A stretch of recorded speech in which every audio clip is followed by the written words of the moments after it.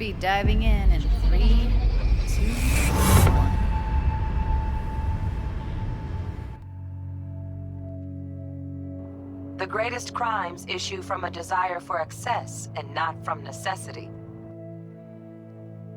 Imagine, you wake up, throw on your hardest-looking clothes, grab your iron and head out the door. The smell of piss and mold permeate the street as you step over a passed-out drunk. Or was he dead? You can't show your concern, don't want anyone thinking you're soft.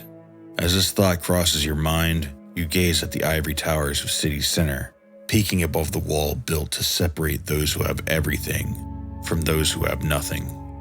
So near, a world away. You see this every day. Night City, the city of dreams, the city of despair. Yeah, maybe for someone else. You're gonna make it. You're gonna be somebody. And when you are, you're gonna take your family, your girl, and your friends and get the hell out of Haywood. In Night City, rain falls on the just and the unjust alike. But by the time it reaches the people at street level, it's a different product entirely. The city of dreams is a city of opportunity, but only for those willing to take it by force. This predatory attitude permeates the city, and by extension, the wider world, in which economies of scale and industrial automation have rendered continuous improvement unprofitable, at least on the open market. At the highest levels of society, the only viable way left to obtain greater wealth is to take it from someone weaker than you. But then at the bottom of the heap, it's even more desperate, and it's survival that's at stake. Blood flows like water into the gutters. You could call it trickle-down economics. This is the world Jackie Wells has inherited. In Cyberpunk 2077, capital and resources have concentrated fully into the hands of a few corporations, and these corporations dominate geopolitics.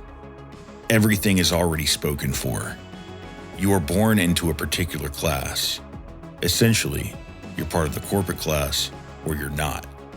Only those in the corporate class can afford to finance the education needed to obtain corporate jobs, and so wealth and opportunity are hereditary, the reality of meritocracy. The only known exceptions are 1. Soldiers who are pulled in to serve corporations who are then disposed of after their service, or 2. Very lucky criminals. In many ways, Night City draws parallels to our modern economy and can accurately be called a depiction of extreme corporatization, a dystopia based on dysfunctions and trends seen in our modern world. The world of Cyberpunk is our world taken to an extreme conclusion. We have not achieved this stage, but the lines are blurred for differences that remain. Corporate extraterritoriality, monopolization of violence, private property laws that supersede basic human rights, extrajudicial street justice. Attention all NCPD subcon. Jackie Wells' story is typical of Night City. Hailing from the Latino neighborhood of Haywood, he grew up in violence, overcoming his abusive father before joining the Valentino's gang. But subsistence isn't enough. His ambition drives him to leave the Valentinos in search of something more, an escape. As typical as his dysfunctional childhood is in Night City, Jackie is more than ordinary in a city of the downtrodden, a city that is underemployed, a city of the exhausted. But Jackie Wells has an eternally high morale and ambition regardless. You look pleased. 'Cause I am. Always. Makes for easier living. But we got a new job lined up from a big hitter at the afterlife. Oh, is it gonna be dangerous? Don't you worry, mi amor. We're bulletproof. Jackie has always thought of himself as an exception, and so he has pursued a career as a mercenary, hoping to build his street cred, raise his specter, and accumulate enough wealth to be able to provide the type of life he believes that his closest friends and family deserve. It's important to have people you can turn to. You know, like family. Maybe you'll find your own down in Night City. Jackie Wells is very close to his mother, his girlfriend Misty, business accomplices like Vic, the Ripper Doc, and the Netrunner T-Bug, as well as many members of his former gang. He naturally treats his associates like they are family. Sure you're on phones, but that don't make you any less part of your squad. Squad. Charming. He's gregarious, the quintessential perfect friend everyone wants. Warm, loyal, and reliable. You never see any negative interaction between him and his associates. Uncharacteristic to Night City, Jackie is one of the kindest you will ever meet. Unsurprisingly, he becomes fast friends with V at the game's outset. He opens his home to V and gets V established. Getting one of my good feelings. About what? About us. It's a kind of chemistry, you know? Come on. I'm fucking starved. Okay, food it is. Let's go. Their collaboration starts low rent as he and V form a professional duo. Essentially, their work boils down to robbery, recovery, or extraction, all targeting members of the criminal underworld.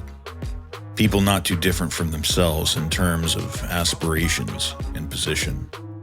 Unlike the more hapless members of society, he is able to survive and progress every step of the way, eventually building enough street cred to land a play in the big leagues. Jackie and V are tasked to steal a mysterious piece of technology from the son of the most powerful man in the world, Yorinobu Arasaka. The duo acquire the military-grade drone needed to pull off the infiltration and sneak into the quarters of Yorinobu. They manage to secure their target, but the heist spirals out of control following the arrival and subsequent patricide of Saburo Arasaka at the hands of Yorinobu, which results in a lockdown of Konpeki Plaza. All hell breaks loose as they are mistaken for Saburo's murderers. Leaving a trail of bodies, Jackie and V shoot their way out of Arasaka Tower, Jackie being mortally wounded in the process. He does not live to see the fruits of his labor. See you in the major leagues, Jack.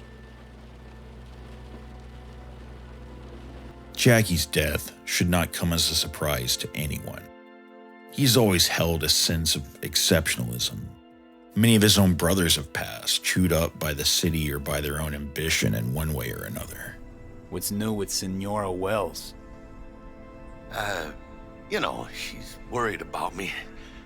Whatever. Can't help herself, you know?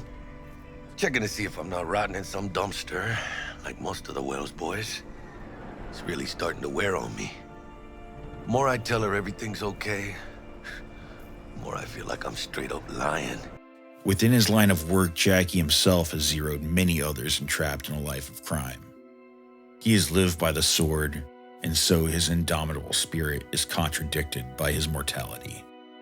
Many on the wrong side of Jackie's iron had loving families, each as deserving of a better life.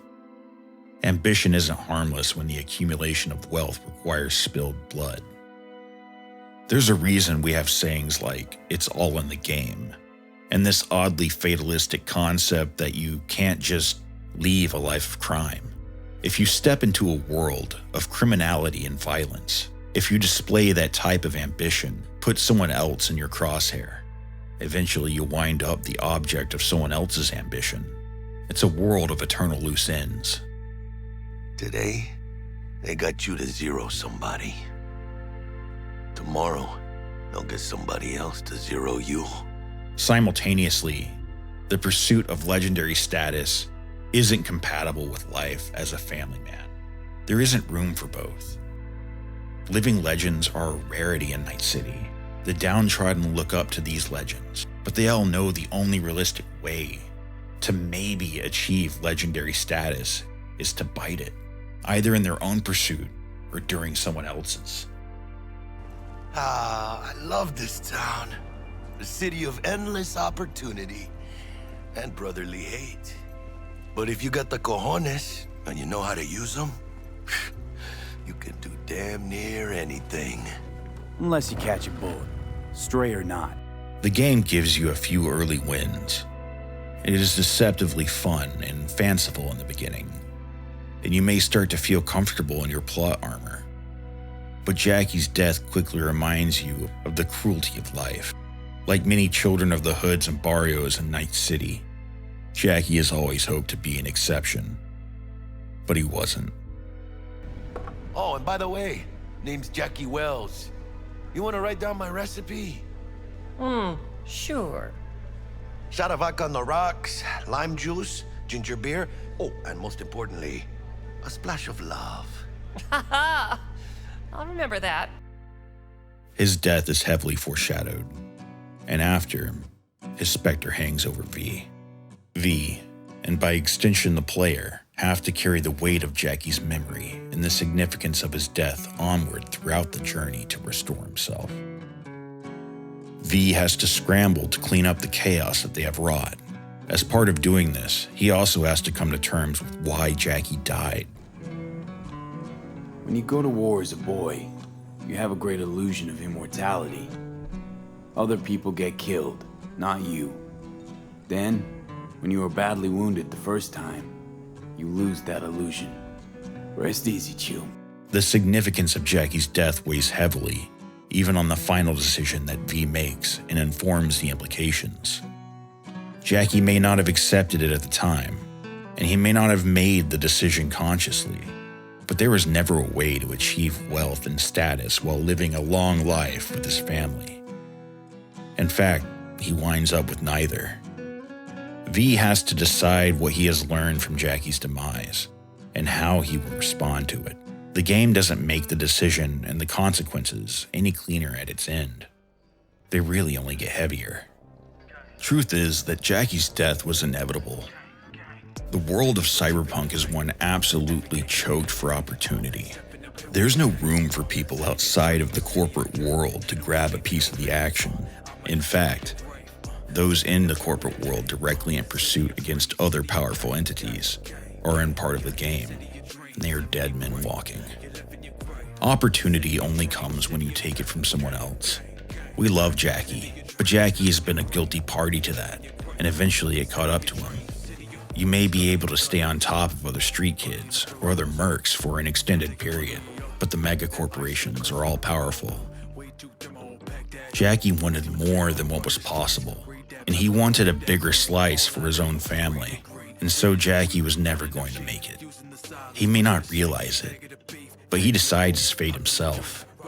In his own words, My whole life I've spent in this shit around us. And I ain't going back.